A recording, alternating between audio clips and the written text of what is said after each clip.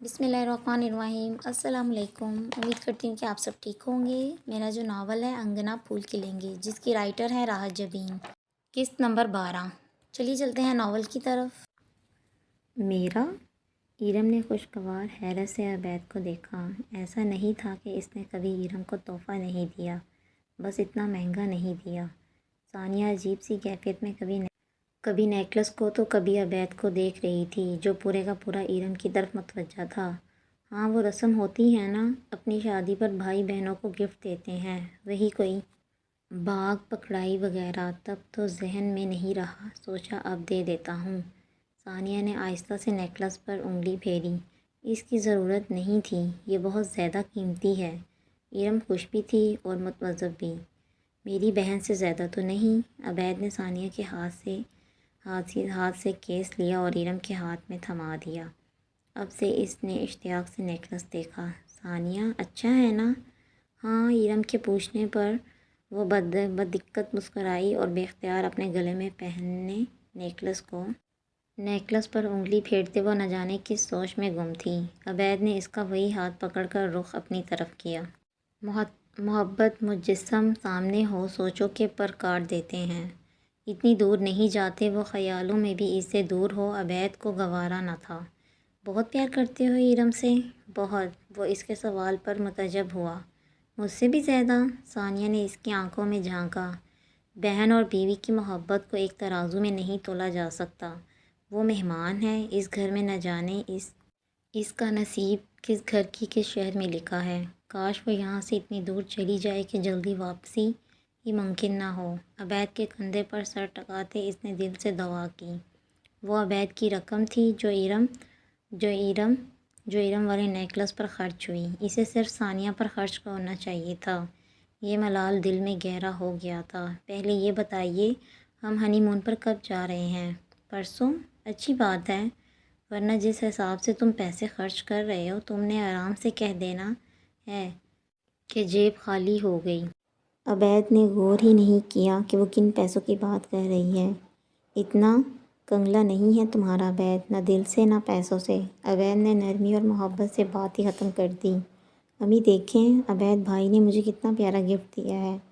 وہ جوش میں ڈبہ اٹھائے ماں کی طرف بھاگی۔ کیا گفٹ کر دیا؟ آسیہ نے اس کے ہاتھ سے ڈبہ لے کر کھولا۔ عبید کہہ رہا تھا یہ میری باغ پکڑائی ہے، تب وہ دینا بھول گیا تھا۔ توفیق نے پہلے بغور زیور کو پھر آسیہ کو دیکھا۔ بہت خوبصورت ہے، اللہ برتنا نصیب کرے۔ آسیہ نے پیار سے بیٹی کو دیکھا۔ اس کا چہرہ جگر جگر کر رہا تھا۔ یہ خوشی سونے کے زیور کی نہیں بلکہ اس بات کی تھی کہ بھائی نے اسے یاد رکھا۔ ابو، خوبصورت ہے نا؟ ایرم نے باپ سے بھی تائید چاہی۔ بہت۔ وہ مسکرائے۔ امی، اپنے پاس سنبھال لیں، میں کہاں رکھوں گی؟ ہاں، میں رکھ لیتی ہوں۔ انہوں نے ڈبہ بند کیا۔ یہ زیور تو آپ نے خود ایرم کے لیے بنوایا تھا؟ توفیق صاحب نے ایرم کے جانے کے بعد پوچھا۔ ہاں، وہی ہے۔ تب افراتفری میں تو یاد ہی نہیں رہا کہ بہن کو بھی کچھ رسمیں ہوتی ہیں۔ بہن کی بھی کچھ رسمیں ہوتی ہیں، اس لیے عبید کو دے دیا تھا کہ ایرم کو اپنی طرف سے دے دے۔ لڑکوں کو کہاں پتہ ہوتا ہے ان رسموں کا۔ وہ تو کہہ رہا تھا کہ امی میں پیسے دے دوں گا، لیکن میں نے منع کر دیا۔ اب ہمارے اور اس کے پیسے الگ تھوڑی ہیں۔ وہ تو ہے۔ توفیق صاحب نے اس بات میں سر ہلایا۔ اب دیکھیں ایرم کتنی خوش ہے۔ اب جب یہ زیور پہنے گی، اسے بھائی کی محبت یاد آئے گی۔ انہیں نہیں پتہ تھا کہ بھائی کی اس محبت نے بھابھی کے دل کو کس طرح ڈسا تھا۔ ثانیہ کے دل میں بار بار یہی خیال آ رہا تھا کہ اس کے شوہر کے پیسے کس بے دردی سے خرچ ہو رہے ہیں۔ اگر انہیں 2 دن کے بعد ہنی مون پر نہ جانا ہوتا تو وہ یقیناً کوئی رد عمل دیتی، مگر اب اس نے اپنا یہ خوبصورت اور رومانٹک ٹور خراب کرنا مناسب نہیں سمجھا۔ حساب کا کیا تھا، وہ تو بعد میں بھی بے باک کیا جا سکتا ہے۔ عبید اور ثانیہ کے جانے سے گھر بالکل سونا ہو گیا تھا۔ آسیہ اور توفیق اٹھتے بیٹھتے انہیں یاد کرتے۔ ایرم کو بھی لگتا کہ گھر پر سارے کام ہی ختم ہو گئے ہیں۔ اس نے آن لائن کورسز شروع کر دیے جو اس کی طبیعت کے موافق تھے۔ ایرم، تمہاری بھائی سے بات ہوئی؟ وہ اپنی الماری ٹھیک کر رہی تھی جب آسیہ اندر آئی۔ امی، کل ہی ہوئی تھی، آج تو نہیں ہوئی۔ وہ الماری سے لان کے کپڑے نکال رہی تھی تاکہ الماری میں نئے موسم کے لحاظ سے کپڑوں کی جگہ بن سکے۔ عبید کا نمبر بن جا رہا ہے، ثانیہ کو ملاتی ہوں۔ آسیہ کی بڑبڑاہٹ پر ایرم نے مڑ کر دیکھا، ساتھ ہی ثانیہ کی بات یاد آئی جو وہ جاتے ہوئے ایرم سے کہہ کر گئی تھی، اب پلیز ہمیں بار بار کال کر کے پریشان نہ کرنا۔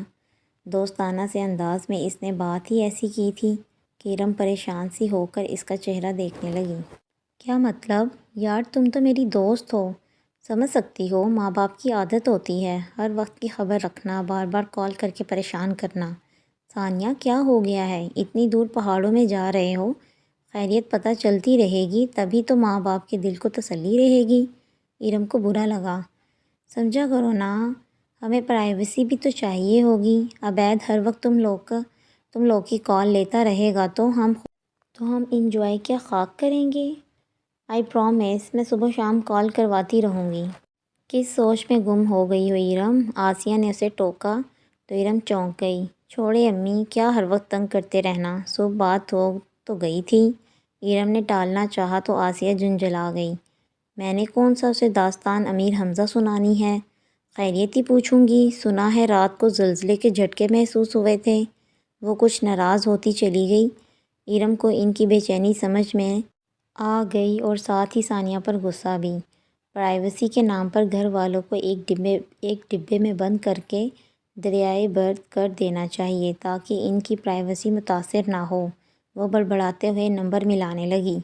دھندلی سی صبح تھی، بادل ان کی کھڑکی پر دستک دیتے اندر تک گھس آئے۔ ان کا ہوٹل تھا بھی کافی اونچائی پر، جہاں سے پوری وادی کا منظر دیکھ سکتے تھے۔ آج طبیعت کچھ سست تھی، سو دونوں ابھی تک بستر میں موجود تھے۔ آتش دان میں لکڑیاں چٹخ رہی تھیں۔ ناشتہ کب کا ہو چکا، اب تو ثانیہ کی باتیں تھیں جو ختم ہونے کا نام ہی نہ لیتیں۔ وہ بولتی تو بولتی چلی جاتی۔ عبید کو اچھا لگتا تھا اسے دیکھنا، اسے سننا۔ بالوں کے لٹ اسے خاموش کروانے کو ثانیہ کے لبوں کو چھوتی تو وہ انگلی سے ہٹا دیتی۔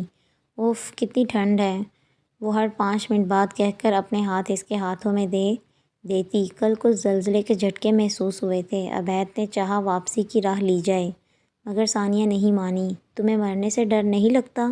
وہ موت بھی قبول ہے جو تمہارے ساتھ ہو۔ راستے بند ہو گئے تو پھنس جائیں گے، یہ تو اور بھی اچھا ہو جائے گا۔ وہ چہکی۔ عبید کے موبائل پر بیل آنے لگی۔ ثانیہ نے گردن گھما کر دیکھا، دونوں کے موبائل ثانیہ والی سائٹ پر تھے۔ ثانیہ کا موبائل پاور آف تھا اور عبید کے موبائل پر ایرم کی کال آ رہی تھی۔ گھر سے کال ہوگی۔ عبید نے اس کی طرف کروٹ لی تاکہ موبائل اٹھا سکے۔ ثانیہ نے موبائل پر اپنا ہاتھ رکھ دیا اور اس کی آنکھوں میں دیکھتے ہوئے مسکرائی، میں چاہتی ہوں جب میں بولوں تو تم صرف مجھے سنو، صرف مجھے دیکھو۔ وہ اس کی جھیل سی آنکھوں میں ڈوبنے سے خود کو بچا نہ سکا۔ ثانیہ نے موبائل پاور آف کر دیا۔ ساری رات پنکھا گول گول گھومتا رہا ہے، دادی نے غالباً شکایت کی تھی۔ دادی پنکھا گول ہی گھومتا ہے؟ وسیم نے تحمل سے یاد دہانی کروائی مگر دادی نے اس کی بات پر غور نہیں کیا۔ مجھے تو لگا میرے نیچے سے پلنگ نکل گیا۔ چائے لے کر آتی نادرا چڑ گئی۔ ہاں باہر بھاگا جا رہا تھا، میں نے برآمدے میں جا کر پکڑا۔ وسیم نے بمشکل ہنسی روکی۔ دادی غصہ ہو گئیں، ان کا مذاق اڑایا جا رہا ہے۔ رات کو زلزلے کا جھٹکا محسوس ہوا تھا، زیادہ شدید نہیں تھا، بعد میں بھی خیریت ہی رہی مگر اپنی کمزوری اور خوف میں انہیں ساری رات ہی کچھ نہ کچھ محسوس ہوتا رہا تھا۔ دادی یہاں زلزلہ نہیں آتا، پہاڑوں میں آتا ہے، وسیم نے تسلی کروائی۔ یہاں صرف جھٹکے محسوس ہوتے ہیں۔ ہائے میں مر گئی، میری پوتی، انہوں نے کلیجہ پکڑ لیا۔ کیا ہو گیا آپ کی پوتی کو؟ رابعہ کل ہی تو گھر واپس گئی تھی۔ نادرا کا دل دہل گیا۔ ارے ثانیہ کو تو واپس بلاؤ، لور لور پہاڑوں میں پھر رہی ہے، کوئی ہل گیا تو کیا بنے گا؟ کون ہل گیا؟ پتہ نہیں، نادرا کچن سے آئی تھی یا دادی کی باتیں مبہم تھیں۔ نادرا کے پلے کچھ نہ پڑ رہا تھا۔ پہاڑ ہل گیا، ایک کے بعد ایک پتھر؟ ہائے وہاں دبے ہوئے کو تو کوئی جلدی نکالتا بھی نہیں ہے۔ دادی نے صرف خود ہی نہیں ہولنا بلکہ سب کو دہلانا ہوتا تھا۔ اللہ کا واسطہ ہے اماں، نادرا بلبلا اٹھیں، ہر وقت منحوس باتیں کرنی ہوتی ہیں، کوئی خیر کا کلمہ بھی منہ سے نکال لیا کرو۔ اماں دادی فکر میں کہہ رہی ہیں، وسیم نے ٹوکا۔ رہنے دیں ان کی فکروں کو، سینے پر سانپ لوٹ رہے ہیں۔ ہمارے خاندان کا کون سا مرد ہے جو اپنی بیوی کو پہاڑوں کی سیر کو لے کر گیا ہو؟ اب ثانیہ گئی ہے تو سب کو آگ لگی ہے۔ نادرہ بولتے بولتے باہر نکل گئی۔ وسیم نے خجل سا ہو کر دادی کو دیکھا۔ وہ اپنا پوپلا منہ کھولے محو حیرت تھی۔ اپنی پوتی سے کون جلتا ہے؟ میں تو بس ان کی فکر ہو رہی تھی۔ وہ رونے والی ہو گئی۔ اف یہ عورتیں! وسیم کا دل چاہا سر پیٹ لے۔ ایک سے بڑھ کر ایک ملکہ جذبات تھیں۔ کیوں فکر کر رہی ہیں؟ ہم بالکل ٹھیک ہیں، کوئی زلزلہ نہیں، سب خیریت ہے، بس آپ کی دعائیں چاہیے۔ وہ ٹیرس پر کھڑا کال کر رہا تھا۔ ثانیہ چینج کر کے آئی تو سن کر ہی بدمزہ ہو گئی۔ پہاڑوں کی چوٹیوں پر ہلکا سنہرا رنگ بکھر رہا تھا مگر نیچے وادی میں دھند تھی۔ وہ لکڑی کے جنگلے کے پاس آئی، دونوں ہاتھ جنگلے پر رکھ کر نیچے جھانکنے لگی۔ عبید نے بے اختیار آگے بڑھ کر اسے ایک بازو کے گھیرے میں لے کر پیچھے ہٹایا، جبکہ موبائل ابھی تک کان سے ہی لگا تھا۔ بس 1-2 دن میں واپسی ہے۔ ثانیہ نے بے اختیار سر اٹھا کر عبید کو دیکھا۔ میں واپس جانا نہیں چاہتی، آپ بے فکر رہیں، ہمارا آگے جانے کا کوئی ارادہ نہیں۔ وہ مسکرا کر اسے دیکھ رہا تھا اور جواب دوسری طرف دے رہا تھا۔ ان کا بس چلے تو ویڈیو کیمرہ لگوا دیں، ہر وقت نظر رکھنے کے لیے۔ وہ اس کا بازو جھٹک کر دور جا کر کھڑی ہوئی۔ عبید نے تسلی سے خدا حافظ کہا، پھر پاس چلا آیا۔ گھر ہی جانا ہے، کیوں بار بار کال کر رہی ہیں؟ وہ تنگ آ کر پوچھنے لگی۔ زلزلے کا سنا تو گھبرا گئیں۔ گھبرا تو اسی دن گئی تھیں جس دن سے یہاں آئے ہیں۔ ثانیہ نے ناک چڑھائی۔ بزرگ ہیں، بچوں جیسی حرکتیں ہو جاتی ہیں، جو بات ذہن میں سما جائے نکلتی نہیں۔ کس کی کال تھی؟ عبید نے گردن موڑ کر اسے دیکھا اور سادگی سے جواب دیا، دادی کی۔ ثانیہ سٹپٹا گئی۔ شکر ہے کچھ زیادہ منہ سے نہیں نکلا، میں بھی انہی کی بات کر رہی تھی۔ ثانیہ نے نظریں چرائیں۔ عبید مبہم سا مسکرایا۔ خجالت مٹانے کو ثانیہ نے اس کا بازو تھام کر کندھے پر سر رکھ دیا۔ ان کی نظروں کے عین سامنے سورج کی کرنیں دھند کی لہروں کا تعاقب کر رہی تھیں۔ کتنا سکون ہے یہاں۔ کچھ دن اور نہیں رک سکتے؟ ثانیہ نے سر اٹھا کر ٹھوڑی کندھے پر ٹکائی۔ میرا گھر جانے کو دل نہیں چاہتا۔ چھٹی ختم ہو رہی ہے ثانیہ، ویسے بھی ہم کتنا بھی گھوم پھر لیں، اصل سکون تو اپنے گھر میں ہی آتا ہے۔ کتنے دنوں سے میں نے امی کی شکل نہیں دیکھی، ارم کا لیکچر نہیں سنا، ابو کے ساتھ واک پر نہیں گیا۔ اس کا ایک ایک لفظ اپنے گھر والوں کی محبت میں بھیگا۔ ثانیہ جھلسانے لگی۔ مطلب میں تو ہوں ہی نہیں، تم تو ان کو ہی مس کرتے رہے، قربت دوری میں بدل گئی۔ تم تو میرے ساتھ میرے پاس تھی ثانی۔ تم نہیں تھے، بس آدھے ادھورے۔ انسان مکمل کسی ایک کا کیسے ہو سکتا ہے؟ عبید کو یہ بات سمجھ میں نہیں آئی تھی۔ انسان تو ازل سے رشتوں میں بٹا ہے، کسی ایک کا ہماری زندگی میں ہونا کسی دوسرے کو کیسے مائنس کر سکتا ہے؟ عبید کو یہ بات سمجھ میں آتی تھی، وہ ثانیہ کو بتا نہیں سکتا تھا، اس لیے بات ہی بدل دی۔ اس نے ثانیہ کی ہر خواہش پوری کی تھی، گھومنا پھرنا، محبت، پیار، تو اب خواہش سے آگے کیا تھا؟ شاید حرص و ہوس کی اندھی کھائی۔ وہ ثانیہ کو اس کھائی میں گرنے نہیں دے گا۔ اس کی محبت ایک حصار بن کر ہمیشہ ثانیہ کی حفاظت کرے گی، کیونکہ اس نے ثانیہ کو اس کی خامیوں اور خوبیوں سمیت قبول کیا تھا۔ شاپنگ پر چلیں؟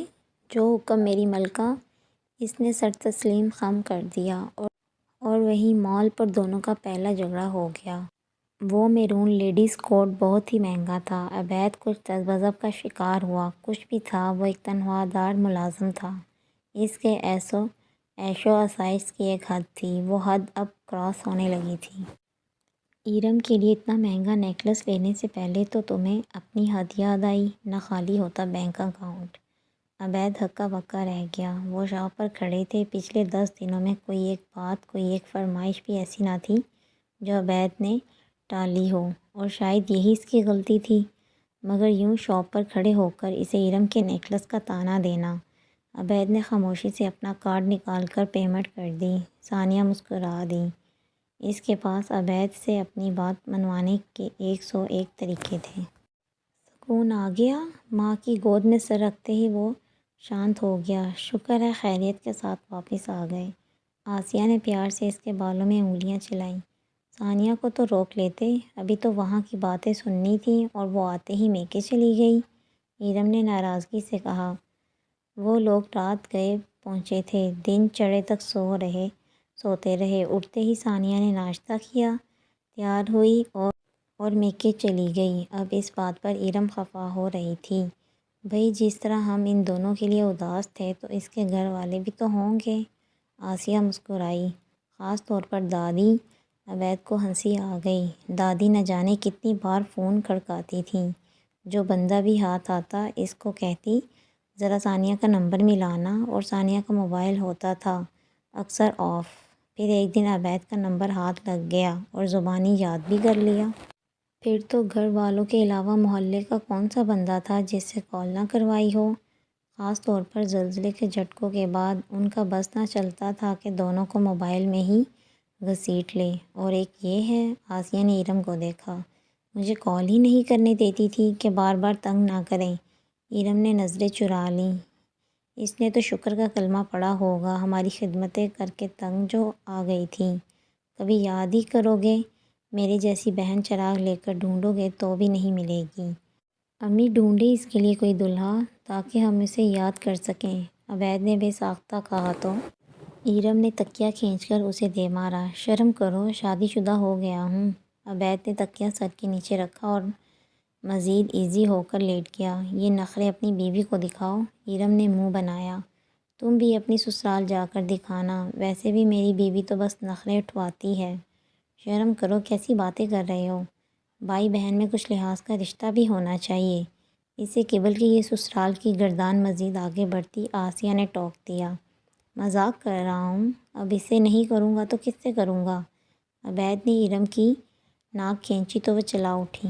دیکھیں سسرال کے نام پر کیسے خوش ہو رہی ہے۔ عبید نے بھی پچھلے تمام دنوں کی کسر نکالنی تھی۔ میں کیوں ہونے لگی؟ جیسے سب کی شادی ہوتی ہے میری بھی ہو جائے گی۔ ایرم سرخ چہرے کے ساتھ اٹھ کر جانے لگی تو عبید نے اس کا ہاتھ پکڑ کر روک لیا اور خود بھی اٹھ کر بیٹھ گیا۔ امی اس کے لیے تو گھر جوائی ڈھونڈ لیں۔ کیوں؟ آسیہ اس کی عجیب سی بات پر حیران ہو گئی۔ میں اپنی بہن کو دور نہیں بھیج سکتا، ایسے نہیں کہتے، بس جہاں رہے خوش رہے، ہمیں اس کے سوا اور کچھ نہیں چاہیے۔ آسیہ نے پیار سے بیٹی کو دیکھا۔ میری بھی ایک شرط ہے۔ ایرم کے کہنے پر دونوں نے سوالیہ نظروں سے انہیں دیکھا۔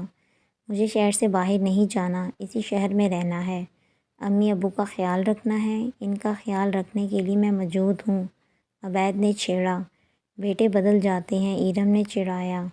بدل جاؤں تو مر جاؤں، عبید نے بے ساختہ کہا، ساتھ ہی آسیہ کا ہاتھ اس کے کندھے پر پڑا۔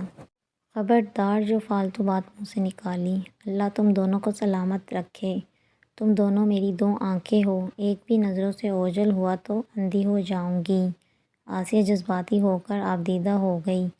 امی کیا ہو گیا ہے؟ ہم دونوں یہی تو ہیں آپ کے پاس۔ عبید نے ماں کے گرد اپنا بازو پھیلایا۔ دوسری طرف ایرم بھی ان کے پاس بیٹھ گئی۔ آسیہ کو اپنا آپ بڑا معتبر اور بھرا بھرا لگا۔ واقعی نیک اولاد کتنی بڑی نعمت ہے۔ ثانیہ کا سنا تو رابعہ کو بھی وسیم لے آیا۔ ثانیہ سب کے لیے کچھ نہ کچھ لے کر آئی تھی۔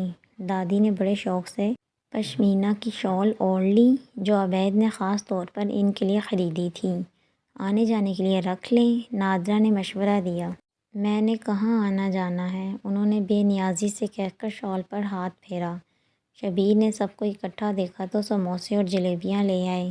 وہ ثانیہ سے بات تو کم ہی کرتے تھے مگر بیٹیوں کو خوش دیکھ کر دل کو سکون بھی ہوتا تھا۔ تمہارا شاپنگ سے دل نہیں بھرتا؟ عبید تمہیں منع نہیں کرتا؟ رابعہ خود قناعت پسند اور کفایت سی لڑکی تھی۔ ثانیہ کی فضول خرچیاں بھی ہضم نہ ہوئیں۔ عبید سہیل بھائی کی طرح کنجوس نہیں ہے، ثانیہ نے ناک چڑھائی۔ اچھا، ہر بات میں دونوں کا مقابلہ نہ کیا کرو، جیسے بھی ہیں میرے لیے اچھے ہیں۔ رابعہ برا مان گئی۔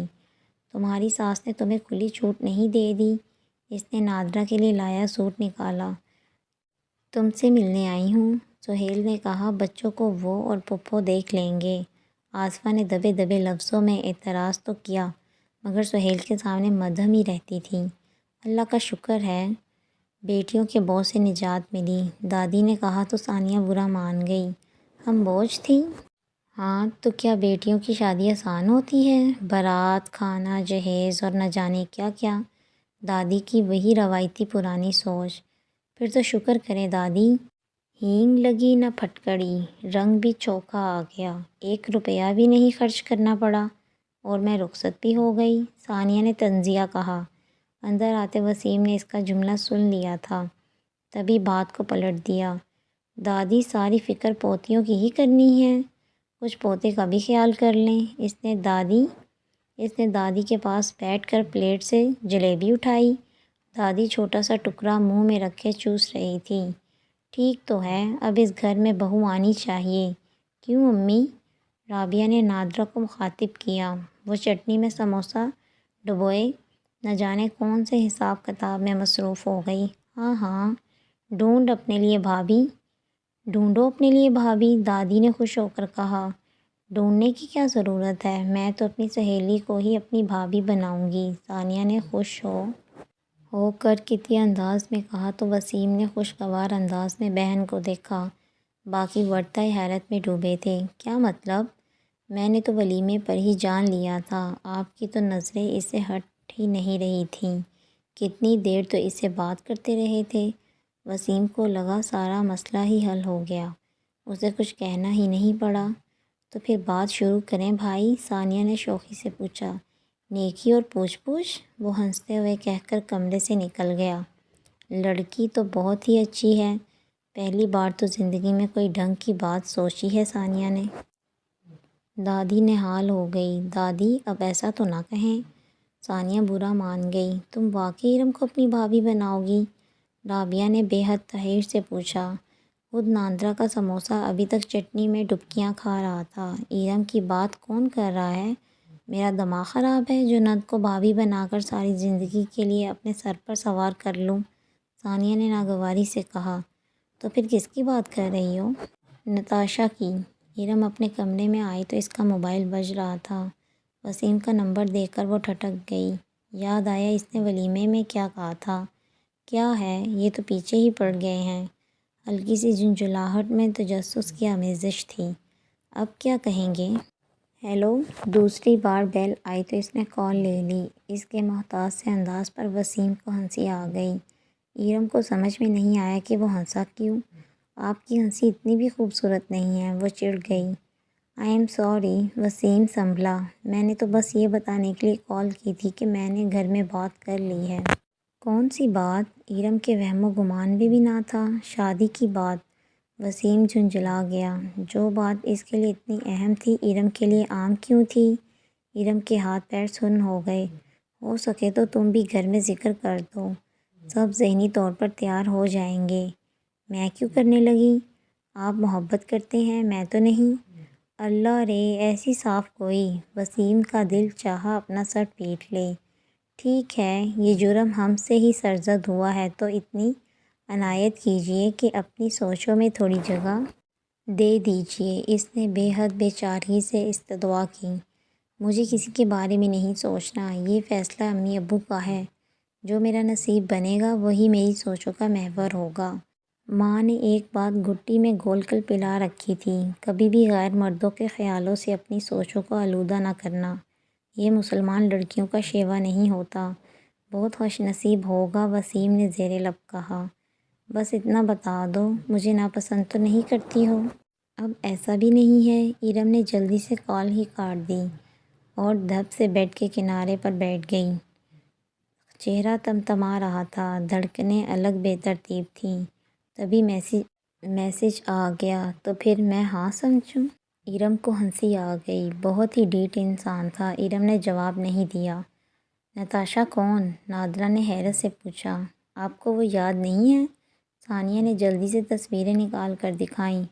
بہت اچھی فیملی ہے، اکلوتی ہے اور اسے وسیم بھائی پسند بھی بہت آئے تھے، ثانیہ جوش میں بتانے لگی۔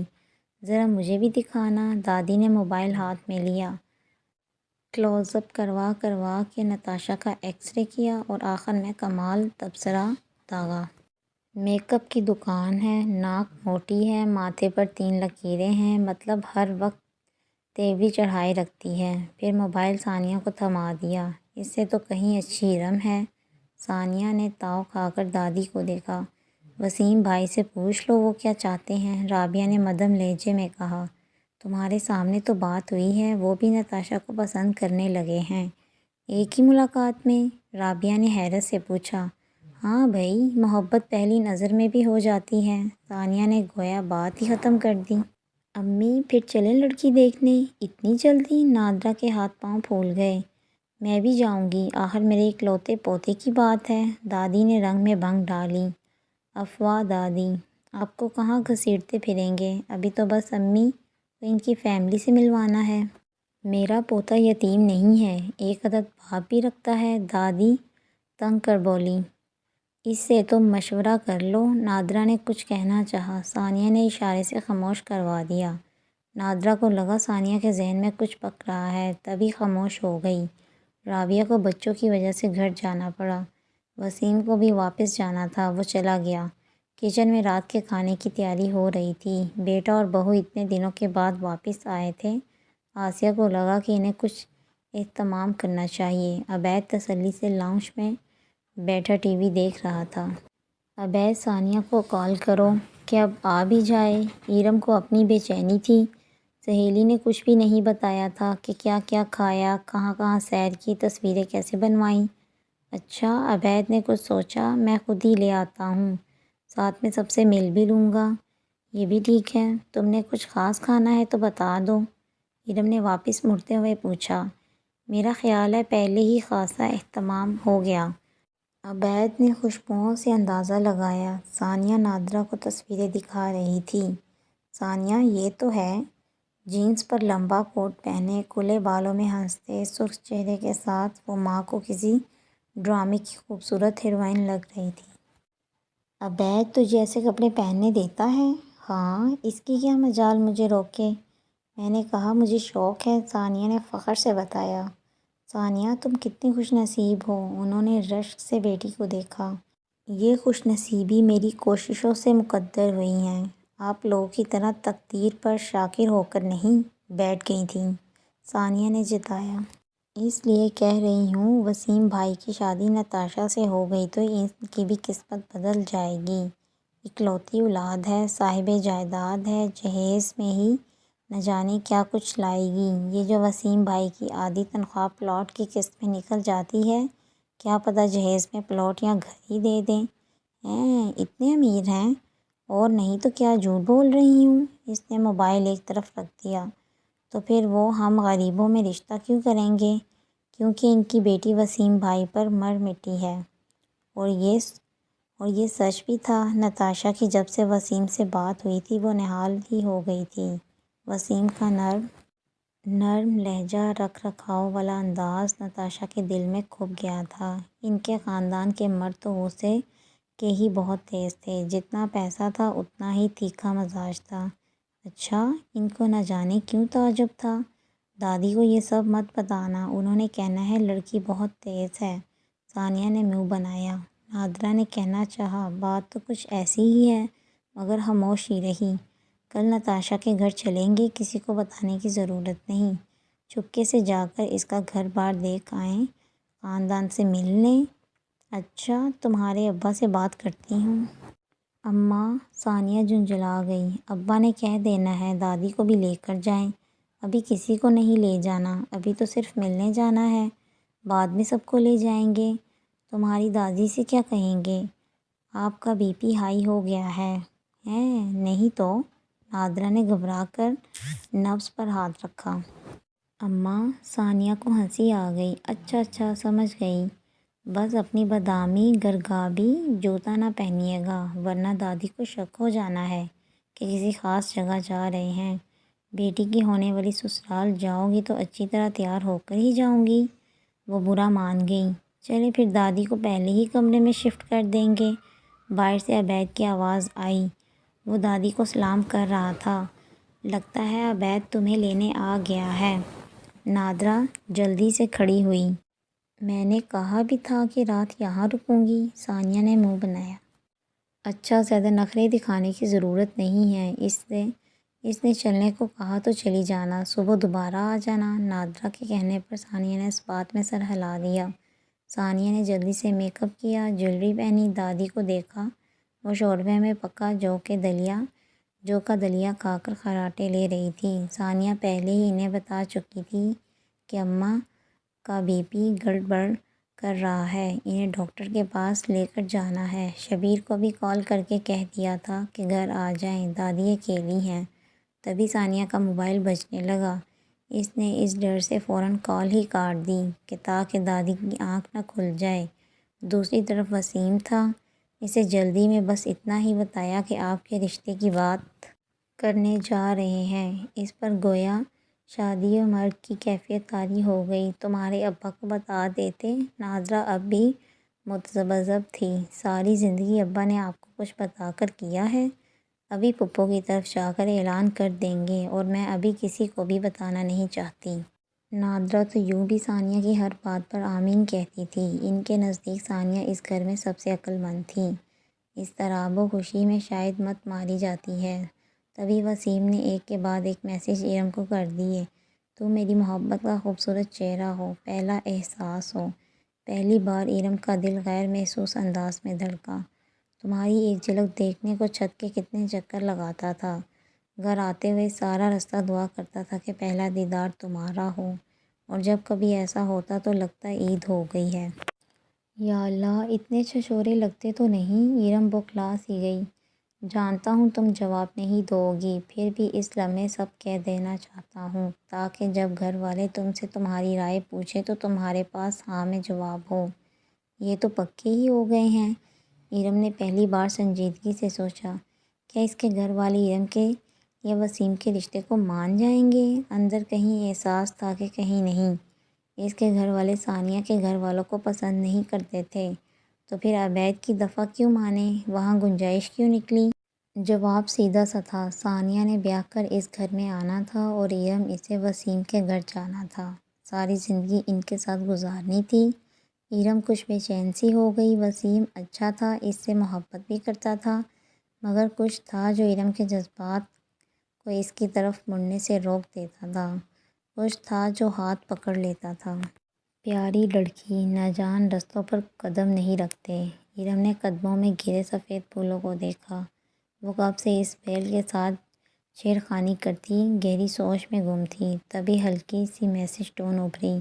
ارم نے گہری سانس لے کر میسج کھولا۔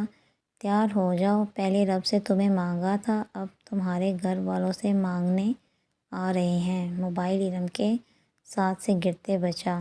ایسے کیسے؟ اس نے بکھلا کر دونوں گھروں کی مشترکہ دیوار کو دیکھا۔ کم از کم ثانیہ کو پہلے گھر میں بات تو کرنی چاہیے تھی۔ عبید کی کال اس وقت آئی جب ٹیکسی نتاشا کے گھر کے پاس رکنے والی تھی۔ کیا ہی اچھا ہو کہ جب میں گھر آؤں تو تمہارا خوبصورت چہرہ میرے سامنے ہو۔ وہ کل عبید کے ساتھ نادرہ کے کہنے کے باوجود نہیں گئی تھی، حالانکہ اس کا ارادہ نہیں تھا، مگر جب عبید سامنے آیا تو کہہ دیا، آج تو یہیں رکوں گی۔ اتنی قربت کے بعد دوری بھی تو ضروری تھی۔ عبید تھوڑے پس و پیش کے بعد مان گیا تھا۔ چھٹی ختم ہونے کے بعد وہ پہلے دن آفس گیا تھا۔ آج تو ممکن نہیں، ثانیہ نے بے نیازی سے جواب دیا۔ اب تم مجھے غصہ دلا رہی ہو۔ عبید برا مان گیا۔ مجھ پر غصہ کرو گے؟ ثانیہ نے ناز سے پوچھا، اور یہی مان عبید کو توڑ دیتا تھا۔ تم جانتی ہو نہیں کر سکتا، اس لیے تمہیں میرا کوئی احساس نہیں۔ بے بس لہجہ۔ کیا ہو گیا ہے عبید؟ اپنے گھر والوں کو اتنا یاد کر رہے تھے، اب 4 دن ان کے ساتھ رہ لو۔ ثانی، اپنے بیمار شوہر پر رحم کرو، وہ بلبلایا۔ بیمار؟ کیا ہوا؟ ثانیہ بے چین ہو گئی۔ نادرہ نے چونک کر ثانیہ کو دیکھا۔ بیمار محبت؟ عبید نے برجستہ کہا تو ثانیہ بے ساختہ ہنسی۔ نادرہ نے چٹکی کاٹی۔ ٹیکسی رک گئی تھی اور ڈرائیور ان کے اترنے کا منتظر تھا۔ تمہارا علاج گھر آ کر کروں گی، کیونکہ ابھی جلدی میں ہیں۔ وسیم بھائی کے لیے لڑکی دیکھنے آئے ہیں۔ ثانیہ نے اپنی طرف کا دروازہ کھولا۔ اوہ، تو اس کے بھی وارنٹ جاری ہونے والے ہیں؟ بس یہی سمجھ لو۔ ٹیکسی کو فارغ کر کے مڑی تو نادرہ ہکا بکا بڑے سے گولڈن براؤن گیٹ کو دیکھ رہی تھی۔ یہ تو بہت بڑا گھر ہے، ابھی اندر تو چلیں۔ ان کی آمد کی اطلاع تھی۔ ملازم پروٹوکول کے ساتھ اندر لے گیا۔ وسیع اور عریض لان کے بعد شاندار فرنیچر سے سجا ڈرائنگ روم۔ نادرہ بے چین سی ہو گئی جبکہ ثانیہ یوں بیٹھی تھی جیسے یہاں آتی جاتی رہی ہو۔ ہمارا تو چھوٹا سا گھر ہے، یہ لوگ مان جائیں گے؟ جب بیٹی مان گئی تو کسی کی کیا مجال اعتراض کرے؟ ثانیہ نے بے نیازی سے جواب دیا۔ عجیب ہی زمانہ آ گیا ہے، لڑکیوں خود ہی برڈ ڈھونڈ لیتی ہیں، نادرہ بڑبڑائی۔ ثانیہ نے تڑپ کر انہیں دیکھا۔ اماں، لڑکیوں کو بھی اپنی پسند کے اظہار کا اتنا ہی حق ہے جتنا لڑکوں کو۔ تب اماں کو یاد آیا اپنی بیٹی نے بھی یہی کیا تھا، تو چپکی ہو رہی۔ تبھی نتاشا اپنے ماں باپ کے ساتھ آ گئی۔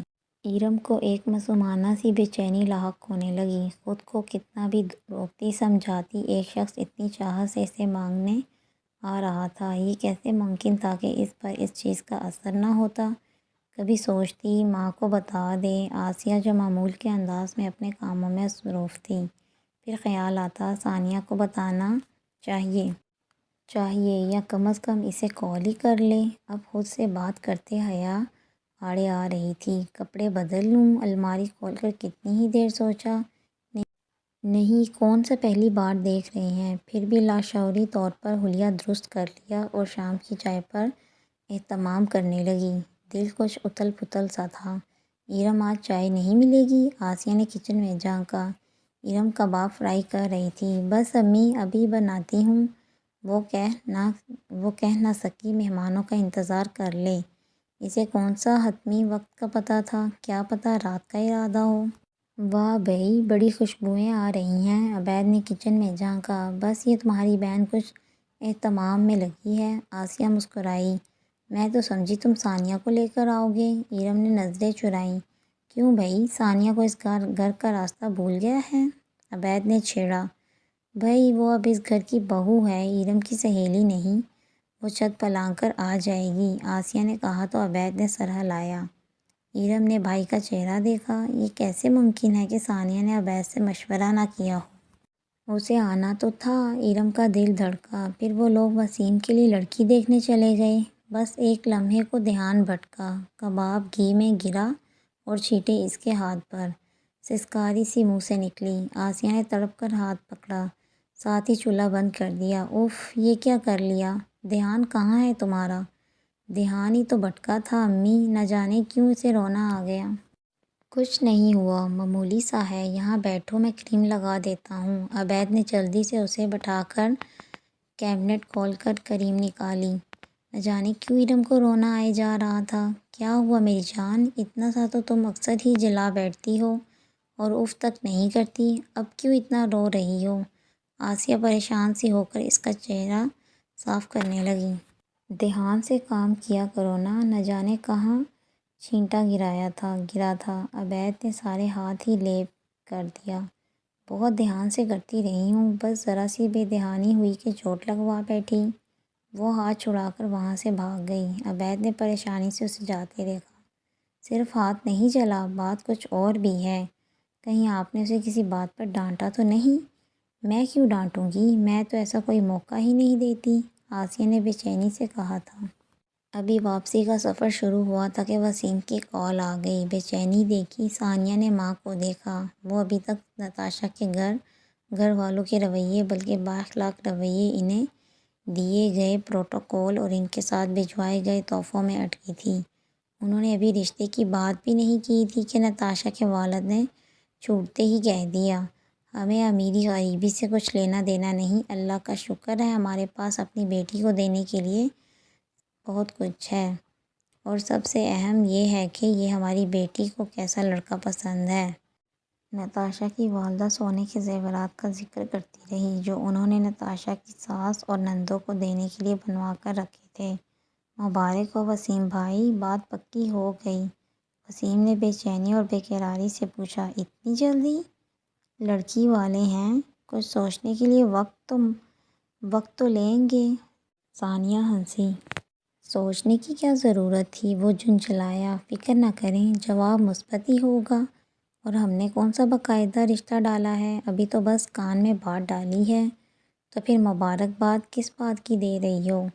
وسیم نے بگڑ کر کال کاٹ دی۔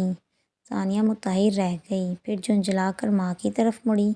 یہ تو ابھی سے مجنوں بن گیا ہے اماں، منگنی کر دینا، بس شادی 2 سال نہ کرنا۔ مجھے تو لگتا ہے جہیز میں گاڑی بھی دیں گے، ٹیکسی رکشے سے جان چھوٹ جائے گی۔ نادرا الگ ہواؤں میں تھی۔ ثانیہ نے ضد چھوڑ کر سیٹ سے ٹیک لگا لی۔ بس بہت ہو گیا سبحان۔ سعدیہ کی بگڑی ہوئی غصہ بھری آواز پر وہ ٹھٹک کر رکا۔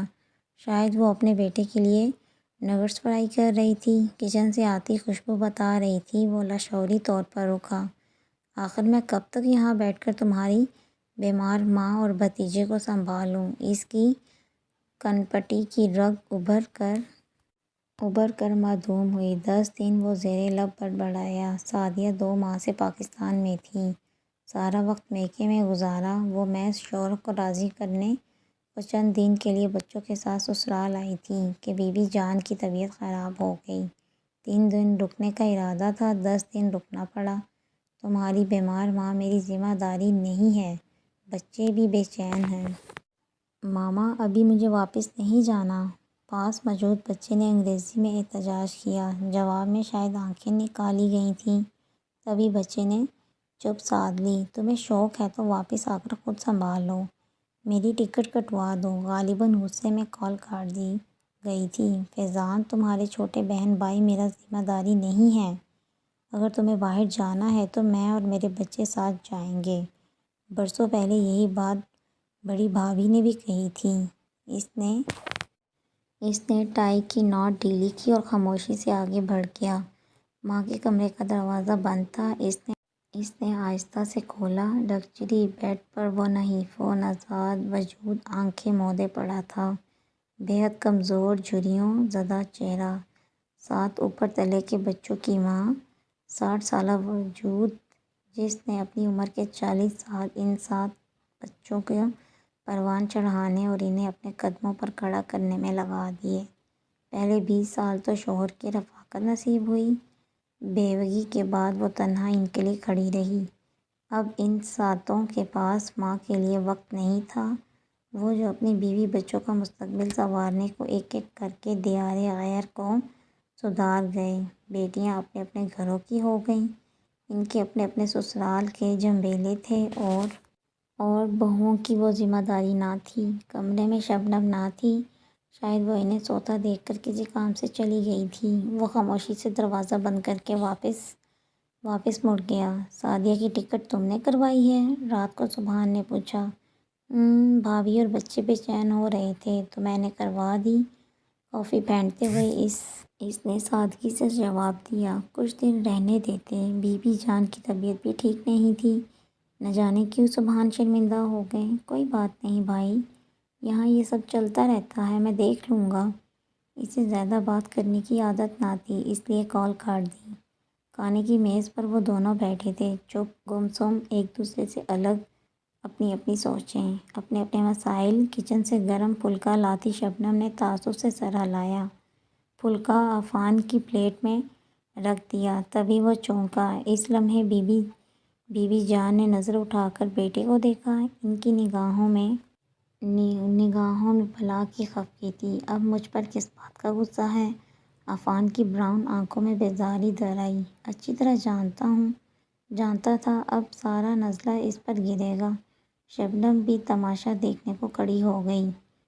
وہ 25-26 سالہ، صاف ستھری، مناسب قد و قال والی سانولی سی لڑکی تھی۔ پچھلے 3 سال سے اس گھر سے وابستہ تھی۔ پہلے ماں کے ساتھ آتی، ماں کی وفات کے بعد اکیلے آنے لگی تھی۔ تمہیں سعدیہ کا ٹکٹ کروانے کی کیا ضرورت تھی؟ ریشم کی کڑھائی والا سفید دوپٹہ اوڑھے ہاجرہ بیگم کی آواز ان کے وجود کی طرح کمزور اور لاغر نہیں تھی۔ دبنگ لہجہ، بلند آواز۔ نوالہ توڑتے عفان نے گردن موڑ کر شبنم کو دیکھا اور بھویں اچکائی، جیسے پوچھ رہا ہو تم یہاں کیا کر رہی ہو؟ شبنم فوراً وہاں سے کھسک لی۔ وہ بیچاری میرے گلے لگ کر روتی ہوئی گئی ہے۔ اوہ، عفان نے بنا آواز کے ہونٹ سکوڑے۔ کہہ رہی تھی بی بی جان، میں تو جانا نہیں چاہتی تھی، مگر عفان ہمیں یہاں زیادہ دن برداشت نہیں کر سکتا۔ عفان نے ہلکی سی طنزیہ مسکراہٹ کے ساتھ انہیں دیکھا۔ جب بھی یہاں کوئی رہنے آتا ہے تم ان کے ساتھ یہی سلوک کرتے ہو؟ سبحان کے بچے مانی کے ساتھ کتنا خوش تھے۔ مانی کا بھی دل لگا ہوا تھا، آنے والوں کو ایک دن جانا ہی ہوتا ہے، آپ خواہ خود کو بیوقوف بنانا چھوڑ دیں۔ بی بی جان کی رنگت متغیر ہو گئی، اسی بات پر خوش رہیں کہ وہ جاتے ہوئے آپ کے گلے لگ کر رو رہی تھیں۔ عفان کے لہجے میں تلخی تھی، وہ مزید کچھ بول نہ سکیں۔ کچھ باتیں انکہی رہ جائیں تو اچھا ہے، ان کا بیٹا سچا بھی تھا اور کڑوا بھی۔ کچھ پردے ضروری ہوتے ہیں، بی بی جان نے چپ سادھ لی۔ میں مانی کو دیکھ لوں؟ وہ بھی محض ماں کے احترام میں کھانا ادھورا چھوڑ گیا۔ وہ سچا بھی تھا اور کڑوا بھی، اور ماں کا بڑھاپا اتنی کڑواہٹ برداشت نہیں کر سکتا تھا۔ یہ کیسا دھوکہ تھا، کس بات کا بدلہ تھا؟ ہاتھ سے کہیں زیادہ جلن دل اور دماغ میں تھی۔ میں تو آگے نہیں بڑھی تھی، سب اس نے خود کیا تھا، پھر اس کا دل پھٹنے والا ہو گیا۔ موبائل پر کال آنے لگی۔ ارم نے گردن گھما کر سائیڈ پر پڑے موبائل کو دیکھا۔ وہ بھی مجھے کال کر رہا ہے۔ احساس توہین سے ارم کا چہرہ سلگنے لگا۔ نہیں ارم، کمزور نہیں پڑنا، اس نے تمہاری عزت نفس کو ٹھیس پہنچائی ہے اور اب یہی دیکھنے کو کال کر رہا ہے۔ اس نے غصے سے یس کے آپشن کو ٹچ کیا۔ فرمائیے ارم، یہ کیا بات ہوئی؟ سوچنے کا وقت کیوں لیا؟ میں کوئی اجنبی تھا؟ وسیم نے چھوٹتے ہی پوچھا۔ ارم کا دماغ غصے سے معاف سا ہو گیا۔ آپ خود کو سمجھتے کیا ہیں؟ کوئی لڑکی آپ کے سستے جذبوں کی پذیرائی نہ کرے تو آپ اس طرح بدلہ لیتے ہیں؟ انا پر ضرب پڑتی ہے، وہ پھٹ پڑی۔ کیا ہوا؟ اگر ایک بار آپ کی اس حرکت کے بارے میں عبید کو بتا دوں تو سوچیں انجام کیا ہوگا۔ جان چھڑکتا ہے وہ مجھ پر، میری توہین کا بدلہ نہیں لے گا، لیکن ارم آپ کی طرح کم ظرف نہیں ہے۔ ارم، میں نے تمہیں بتا کر رشتہ بھیجا تھا، اس میں کوئی قباحت تھی تو تم مجھے روک دیتی، اور اگر کوئی اعتراض تھا تو تمہارے گھر والوں نے سوچنے کا وقت کیوں مانگا؟ وسیم پریشان، کچھ سمجھ نہ پایا۔ آخر ارم کا رد عمل ایسا کیوں ہے؟ رشتہ آتا تبھی سوچنے کا وقت مانگتے نا۔ وسیم صاحب کون سا کھیل کھیل رہے ہیں؟ ایک بار بھی نہیں سوچا کہ میں آپ کی بہن کی نند ہوں؟ وسیم کا دماغ بھگ سے اڑ گیا۔ یہ کیا کہہ رہی ہو؟ کوشش کریں میرا آپ سے آئندہ کوئی سامنا نہ ہو، ورنہ بہت برا ہوگا۔ ارم نے کال ہی نہیں کاٹی تھی، پاور آف بھی کر دیا تھا۔ وسیم شست سا بند موبائل کو دیکھتا رہا، پھر تیزی سے ثانیہ کا نمبر ملایا۔ ہیلو وسیم بھائی، اب بس بھی کریں، کوئی بات ہوگی تو بتا دوں گی۔ تم لوگ رشتہ لے کر کہاں گئے تھے؟ کیا مطلب؟ وہ ٹھٹکی۔ وسیم نے اپنا سوال بلند آواز میں دہرایا۔ نتاشا کے گھر۔ ثانیہ تھوڑا گھبرا گئی۔ کون نتاشا؟ نتاشا میری دوست۔ ارم کے علاوہ بھی تمہاری کوئی دوست ہے؟ وسیم کا دل چاہا اپنا سر پیٹ لے۔ اس بات کا کیا مطلب ہے؟ تم لوگ رشتہ لے کر ارم کے گھر نہیں گئے؟ وہ بلند آواز میں دھاڑا۔ ارم کے گھر؟ ارم کے گھر کیوں جانا تھا؟ وہ حد تک رہ گئی۔ وسیم کا دل چاہا کہ وہ اپنا سر پیٹ لے۔ اتنی بڑی غلط فہمی تھی، ایسا دھوکہ؟ کہیں جانے سے پہلے مجھ سے پوچھ لیتی۔ پوچھا تو تھا، نام لیا تھا۔ نام تو آپ نے بھی نہیں لیا تھا۔ اب میری کون سا ایک ہی سہیلی ہے؟ ویٹ اے منٹ، آپ ارم کو پسند کرتے ہیں؟ پسند؟ میں اس سے محبت کرتا ہوں ثانیہ۔ انشاءاللہ میں نیکسٹ ایپیسوڈ جلدی اپلوڈ کروں گی، تب تک کے لیے اللہ حافظ، اپنا خیال رکھیے گا۔